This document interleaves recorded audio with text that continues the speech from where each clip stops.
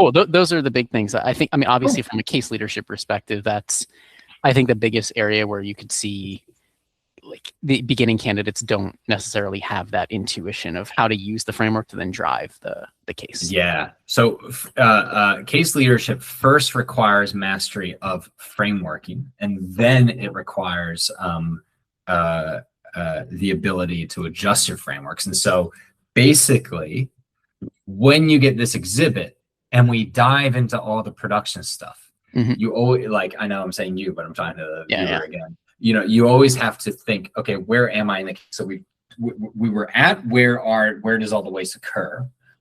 We've identified that production is the biggest one, so that's where we go first. We dive into the initiatives. We can't leave until we know we're done with production. So we have to ask a question in production, even after we've gotten that second exhibit here. Are there any others? Is there anything else that we can do in production? And if not, we zoom back up that tree.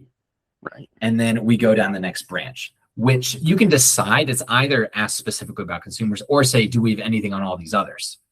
And that tree has two branches.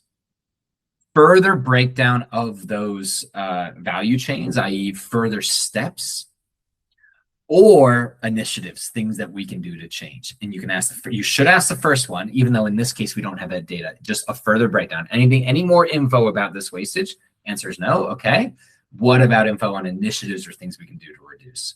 And then again, if you go down into consumers at table, you need to make sure you're done there.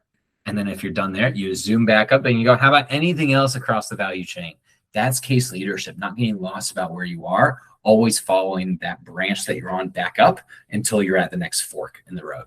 And yeah, you got to be able to framework for that. You got to have case sheet organization for that. And yeah, this case could go 100 different ways. Your job is not to predict it, right? Your job is to create the pathways that allow the info to be uncovered for however the case writer decided to write the case.